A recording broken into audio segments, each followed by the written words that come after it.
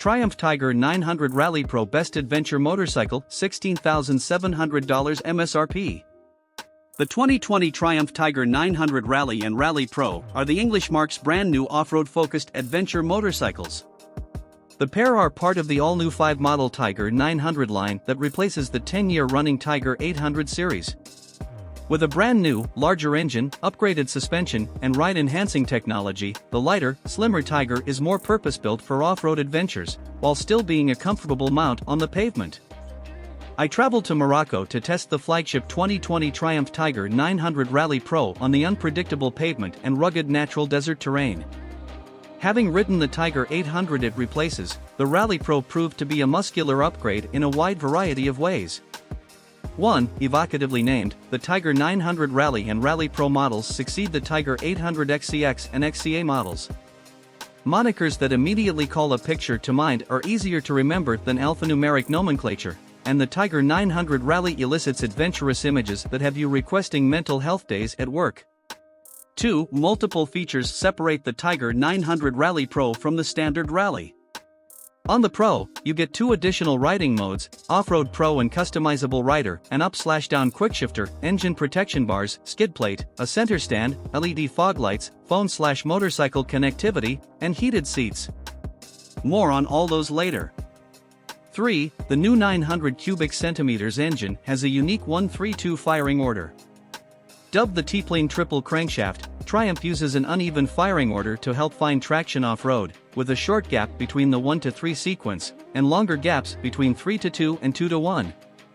Peak torque comes at 7,250 rpm, 800 rpm sooner than on the Tiger 800, and there's about 10% more torque all along that range.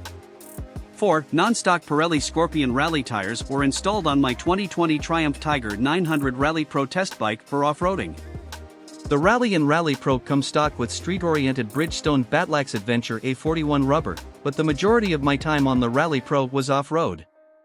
Tires make a considerable difference when ditching the pavement, so the Rally Pro certainly benefited from the highly dirt-biased Pirelli rubber.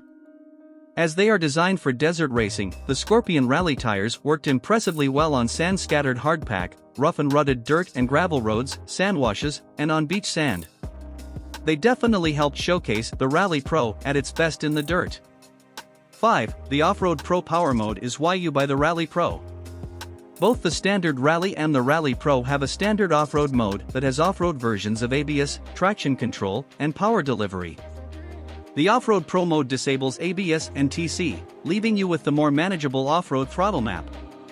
Because you can't switch between the off-road modes on the fly, a major inconvenience, I stuck with the Off-Road Pro so I would be ready for the wide variety of tricky off-road conditions on the route.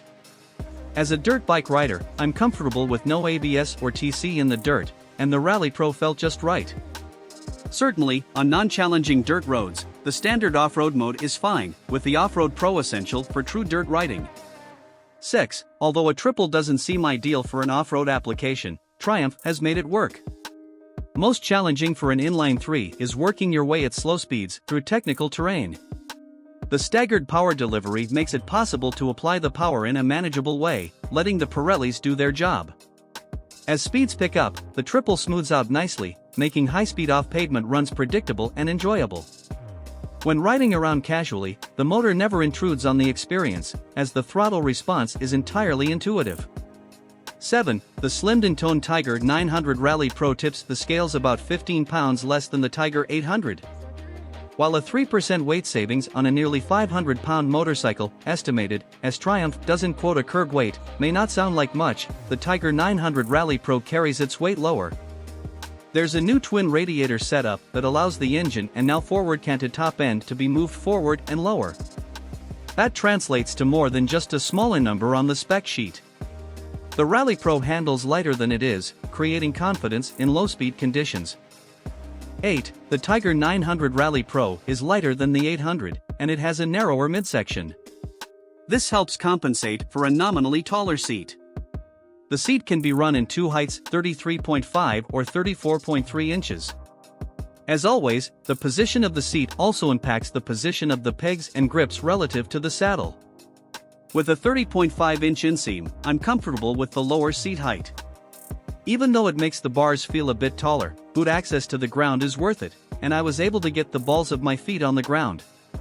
Standing on the Rally Pro has a natural, roomy feel, with wide foot pegs providing a reassuring platform.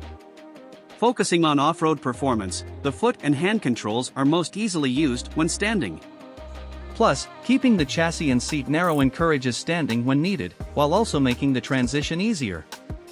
9. With over 9 inches of travel at both ends, the Showa suspension brings gobs of confidence. Long travel suspension can make an ADV motorcycle precarious if the damping and springing aren't spot on. Triumph set up the travel with that perfect combination of supple performance at lower speeds with enough damping to keep the chassis steady as velocity increases. It's an important balance struck, as all the suspension adjustments are manual. That means there's no quick switching of settings between street and off-road, high speeds or low speeds. Even with the spring preload back down to accommodate my 115-pound weight, the travel worked for me with a bit to spare.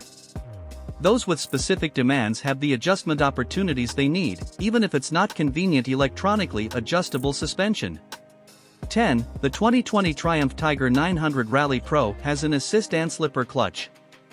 When in technical terrain, a light clutch can make the difference between smooth sailing and arm pump.